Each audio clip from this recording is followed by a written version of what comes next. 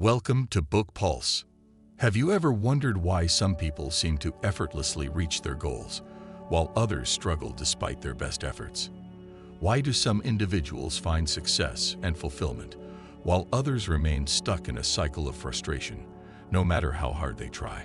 The secret often lies in the way we talk to ourselves, the silent conversations we have in our minds every day. In today's audiobook summary of What to Say When You Talk to Yourself by Shad Helmstetter, we'll dive deep into the transformative power of self-talk. This book reveals how the words we speak to ourselves can shape our actions, influence our mindset, and ultimately determine the course of our lives. By the end of this summary, you'll have actionable tools and techniques to reprogram your mind, harness the potential within you, and finally achieve the success you've been striving for. Stick with me till the end, because what you're about to learn from Book Pulse could truly change the way you approach life. In What to Say When You Talk to Yourself, Shad Helmstetter explores a powerful truth. Our success or failure in life isn't dictated by luck, chance, or outside forces. It's shaped by the way we talk to ourselves every day. Many people think that life's outcomes are beyond their control, but this book shows that by changing our internal dialogue, we can take charge of our destiny. From childhood, our minds are programmed by the words we hear from others, parents, teachers, friends, and society. Some of this programming is positive, but much of it is negative, and it affects our thoughts, actions, and ultimately, our success. The good news is that this programming can be changed. Through self-talk, you can erase old limiting beliefs and replace them with empowering ones. In this summary, you'll learn how self-talk works, the different levels of self-talk, and practical techniques to reprogram your mind for success. You'll also discover how to break free from external motivation and become your own source of inspiration. Let's dive in and learn how to transform your self-talk and your life. Looking for a better way. Everyone wants their life to be the best it can be. We all long for a happy personal life and a successful professional career. Everyone seeks contentment in their life, but do we always get what we truly want? Some people seem lucky, having everything they desire, but many others aren't as fortunate and struggle to achieve what they wish for. In this chapter, the author tries to uncover what stands between us and our success. According to the author, we can become the masters of our lives through self-management. As a child, Shad Helmstetter dreamt of touching the stars. He would lie down on the cold, damp grass at night, gazing up at the sky, captivated by the sparkling stars above. He often wondered if he could reach out and touch them. His mind was filled with wild, imaginative thoughts, and he believed that anything was possible. But as he grew older, the realities of life replaced his childhood imagination. He realized that touching the stars was just a dream, and dreams, he was taught, don't come true. His family had ingrained in him the idea that it was better to face the realities of life than to chase after impossible fantasies. Shad pursued law and began learning practical matters. Yet deep inside, he felt a void, as if something was missing from his life. He often reflected on what was lacking, trying to understand what he truly needed. One day, he decided to look up at the stars again. This became a turning point in his life. He began to wonder why his childhood dreams had never come true. What had stopped him from reaching for the stars? Shad realized there had to be answers to these questions, and he was determined to find them. That moment marked the beginning of a new journey for Shad. He set out to find the answers to his burning questions. He first delved into the study of human behavior, followed by motivational marketing. When subjects like mathematics, religion, business, and psychology failed to provide the answers he sought, he turned to the inner workings of the human brain to find the solutions. The answers Shad found were in self-help books and ideas. But with so many self-help books and strategies available, why do people still struggle to achieve their goals? Does that mean these books are useless? Absolutely not. The books are valuable, and the ideas within them really work. The problem lies in understanding the human brain. The human brain is as powerful as a personal computer, and it functions based on the instructions it receives. If you give your brain the right instructions, it will work in the right direction. But if you feed it wrong instructions, it will go off track. It all depends on how you handle this mental computer. Negative programming can damage the way your brain functions. You either program your brain negatively yourself, or your environment influences it. As children, we often hear the word no. People constantly say, "You can't do this," or "You're not allowed to go there," or "You shouldn't do that." You'll hear similar things in almost every household where parents or elders repeatedly stop their children from doing something. Even in the most positive families, the word no is probably used around 100,000 times during childhood. You were likely told countless times, "You can't do this," "You won't achieve that," or "This is not within your ability." Simply put, in life, the word no is used far more frequently than yes. This is what we call negative programming. Whether we realize it or not, we receive this negative programming from our parents, siblings, teachers, neighbors, and other influential people around us. It affects about 75% of our brain's programming, resulting in negative thinking. Over time, this negative thinking begins to work against us and steers our brain in the wrong direction. When you hear the same thing repeatedly, you start to believe it's true. Eventually, this negative thinking becomes the reality of your life. But the good news is that we can change this negative programming. Changing negative programming. Now that we understand the harmful effects of negative programming on the brain, it's time to explore how we can change it. As we discussed, it's possible to replace negative programming with new positive programming. By doing this, we can become more productive, and even what once seemed impossible will start to feel achievable. In this chapter, the author shares two stories to explain how negative and positive programming work. When Shad was a child, he wanted to learn how to play a musical instrument. He had a strong desire to join his school's musical band. However, when he auditioned, he failed, and the band director rejected him. The director even told him that he had no musical talent. Others echoed the same opinion. Hearing these negative comments repeatedly, Shad started to believe that he truly lacked musical talent. The negative programming had done its job. Yet, years later, Shad quietly learned how to play a musical instrument on his own. The band director's opinion was proven wrong. Now let's look at the second story. A 12-year-old boy named Michael used to visit an elderly gentleman who lived in his neighborhood. One evening, just as Michael was about to go to bed, this gentleman came over to his house and said to his mother, "Your son is very creative, and he's going to accomplish great things when he grows up." Michael overheard this, and it left a lasting impression on him. From that moment on, he believed he was creative, and the old man's words came true. Today, Mike Vance is the dean of Walt Disney University. That elderly man's words created positive programming in Mike's brain, and he believed them to be true. The lesson we learn from these stories is that it's absolutely possible to change negative programming by replacing it with positive programming. We can achieve the goals we set for our lives. Self-talk, the key to changing your life. Whether we realize it or not, we are always talking to ourselves. Our brain is a thinking machine that never stops. This internal dialogue is called self-talk.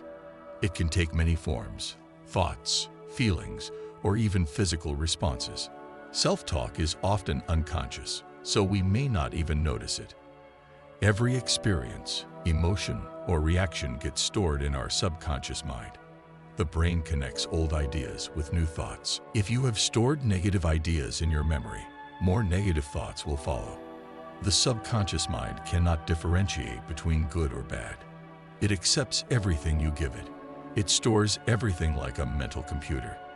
For example, Shad once went to a coffee shop in Las Vegas with a friend who happened to be a motivational speaker. They were discussing how negative programming affects people's brains and how negative self-talk creates problems in life. As they waited for their order, a waitress came to their table with plates of food. Suddenly, she lost her balance, spilling the hot food on their table. As she began cleaning up, the waitress muttered, "I'm so clumsy. This was a live example of negative self-talk right in front of Shad and his friend. The waitress likely had a habit of dropping things, and over time, she started believing she was clumsy. She had built a negative self-image. To further prove this point, let's consider another example. Imagine you've always believed that you can't remember people's names. One day, you attend a party and meet several new people. You want to remember their names, and you even tell yourself, "From now on, I'll remember people's names." But despite your best efforts, you forget their names again. Why did this happen? It happened because you've ingrained the belief that you're bad at remembering names. You keep telling yourself that, and it becomes your reality. You've programmed your brain to forget names. If negative self-talk is leading your brain in the wrong direction, it's equally true that positive self-talk can guide it in the right direction. The self-management sequence success or failure isn't a matter of luck, though people often say they became successful because they were lucky. But that's not true. Success or failure doesn't depend on luck. It depends on you. If you know the path to success, you can certainly achieve it. If you don't, success will remain just a dream. The author outlines 5 steps that control either your success or failure. Behavior refers to the action you take. The right actions, taken in the right sequence, are crucial for success. Feeling. Our feelings affect our actions and influence whether we succeed or fail. If you like something, you'll feel positive about it, and your chances of success will increase. Attitude. How we feel about something is shaped by our attitude. A positive attitude can show you hope even in difficult circumstances. Belief. Our attitude is rooted in our beliefs, and belief is a powerful force. It has the potential to make things good or bad, depending on how we perceive them. Programming plays a significant role in shaping our belief system. The way we program our minds determines how we view and believe in things. Programming creates beliefs. Beliefs form the right attitude. Attitude influences our feelings, and feelings dictate our behavior. This chain reaction, called the self-management sequence, either leads us toward success or failure, depending on how we're programmed. The author provides various examples to explain how each step is vital. For instance, if a student lacks interest in studying, they'll skip classes and won't pay attention to lectures. Eventually, their grades will drop. As their grades continue to fall, they'll become even more disengaged from studying, and the problem will only get worse. In this way, a person's behavior and actions determine their success. Another example highlights how feelings affect success. Jane is terrified of flying. Although she's a well-balanced individual, the mere thought of airplanes makes her anxious. Whenever she needs to visit her family, she chooses to travel by car instead of flying, even though the car journey takes 3 or 4 days. The moment she steps inside a plane, she becomes extremely nervous and falls ill, which is why she avoids flying altogether. Next, let's see how beliefs impact success. Imagine you believe that you can never make friends, or that people don't like you. If you hold on to this belief, you'll remain isolated because this belief will stop you from reaching out to others. You'll never feel comfortable around them. As a result, no matter how brilliant an idea you have, you'll be afraid to share it at school or work. Until you speak up, no one will know about your talent. Meanwhile, someone else's average idea might get approval, while your brilliant idea remains trapped in your mind. The 5 levels of self-talk helps us erase old negative programming and replace it with fresh, positive programming. We engage in self-talk every day, every minute, but it's always different. Here, the author introduces us to the 5 levels of self-talk. Some of these might be useful for you, while others may not, so it's up to you to decide which ones work best. These are the 5 levels of self-talk. The level of negative acceptance. This is the most common and most harmful level of self-talk. The level of recognition and need to change. This level seems positive, but it can also work against you. The level of decision to change. This works in your favor. Here, you begin to transform negative thoughts into positive ones. The level of the better you. This is the most crucial and effective level, as it inspires individuals to become their best selves. The level of universal affirmation. This level gives you a sense of being a part of the greater universe. To illustrate the importance of self-talk, the author gives the example of a smoker. Imagine you're a smoker, but you want to quit. Start by telling yourself that you don't smoke. Keep repeating it to yourself. First, say it to yourself, then tell others that you don't smoke. When you pull out a cigarette and bring it to your lips, remind yourself, I don't smoke. Say it out loud. Your friends or family might find it odd, but keep saying it. Eventually, your mind will start questioning. If you don't smoke, why is there a cigarette in your hand? Keep reminding yourself that you don't smoke, and eventually your brain will reprogram itself. One day, you'll finally quit smoking. The motivation myth. Some motivations work, but about 95% of them don't. The problem with most motivational talks is that they aren't permanent. You may attend a motivational session, feel inspired, and think you're ready to conquer the world. But after a short while, your internal programming overpowers that motivation, and you fall back into your old habits. External motivation. Motivation that comes from outside of you doesn't last long. That's why you need a kind of motivation that stays with you. You must become your own motivator. Imagine you're playing softball for a local team, and a tournament is coming up. Your team has an expert coach who constantly inspires you. When you're feeling down or tired, they encourage you. This coach teaches you that even in defeat, you shouldn't feel discouraged because any loss can be turned into a win. This coach is a great motivator, a best friend, and a strong supporter. Their motivation drives you to win the match, and the season ends on a high note. But what happens after that? The coach leaves because the season is over, and with them goes all the motivation. They were your source of external motivation, and now they're gone. So what do you do now? You might wish for a coach who could always be by your side, constantly motivating you. Imagine if you could always have that kind of motivation where you didn't need anyone else to inspire you. Wouldn't that be amazing? Now think about what would happen if you became your own motivator. You'd never need anyone else to push you, and the motivation inside you would always inspire you to keep going.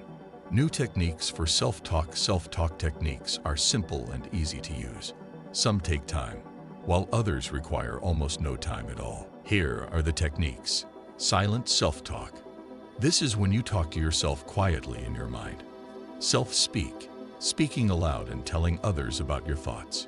Self-conversation, engaging in a conversation with yourself. Self-write, writing down your self-talk. Tape talk, recording your self-talk and listening to it. Shad was trying to lose some weight, and although he tried everything, exercise, dieting, and more, nothing seemed to work. Then he started using self-talk, and it worked for him. However, it took time, especially in the mornings when finding time for self-talk was difficult. Wanting to try something simpler, Shad began recording his self-talk and listening to it. He recorded his self-talk onto index cards, focusing on eating habits, self-esteem, and physical fitness. Every morning while shaving, he listened to these tapes. He listened again while driving and just before going to bed. Within weeks, Shad had lost 38 pounds. His doctor was astonished, and even the receptionist at the clinic asked Shad what his secret diet was. Shad was thrilled with his results, but his wife surprised him too. She had also lost 25 pounds. Later, he found out that she had been listening to the self-talk tapes as well. Some of Shad's friends and clients asked him to record tapes for them too. Shad gladly helped them, and he was amazed to receive letters from people sharing their success stories after using his tapes. One woman wrote to Shad saying that she wanted to save her marriage. She had attended one of Shad's self-talk seminars and later started listening to his self-talk tapes about family relationships. She listened to the tapes every day. Initially, her husband showed no interest in them, but after weeks, he asked her to play the tapes again. She noticed that since they started listening, their arguments had decreased. Her husband's behavior had changed, and he began to share his problems with her. Soon, they were living like a normal, happy couple again. Conclusion. In this summary, we've explored how the brain operates much like a mental computer. It functions based on the programming it receives. Whether your mind works for or against you largely depends on the type of programming it's been exposed to. Negative thoughts lead to negative outcomes, while positive self-talk can completely reshape your reality in a more constructive way. We also touched on the fact that this programming starts early in life. The words and messages we hear from parents, teachers, and peers have a lasting impact on how we perceive ourselves and the world. But here's the empowering part. You can overwrite that negative programming with positive self-talk, allowing you to break free from old limitations. You've learned about the different levels of self-talk and practical techniques for changing your inner dialogue. We've also seen how external motivation can be fleeting, making it essential to become your own source of inspiration. By mastering the art of self-talk, you can take control of your future and start building the life you've always wanted. Now that you understand the profound influence self-talk has on your success, it's time to take action. Think of your brain as a powerful computer that you can reprogram for achievement. Begin today by replacing those negative thoughts with positive affirmations, and continue this practice until it becomes a natural part of your routine. Over time, you'll notice that the results speak for themselves. If you found this summary insightful, don't forget to hit the like button. Share it with others who might benefit, and subscribe to the channel for more powerful book summaries that can transform your life. I upload regularly, so stay tuned for the next video, where we'll explore more life-changing ideas. Until then, keep feeding your mind with positivity, and remember, your thoughts shape your reality. Make them work for you.